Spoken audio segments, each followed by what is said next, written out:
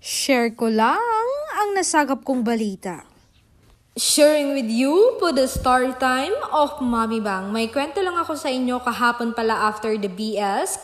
Kinausap ni Donnie si Joey. Media works kung kailan ako pwedeng mag-set visit. Nag-set visit na ako today. Sabi ni Joey, February 14 daw pwede. Sabi ko naman wag February 14 kasi Valentine's Day yon. Baka may lakad yung dalawa. Sabi naman ni Joey, ay opo nga pala.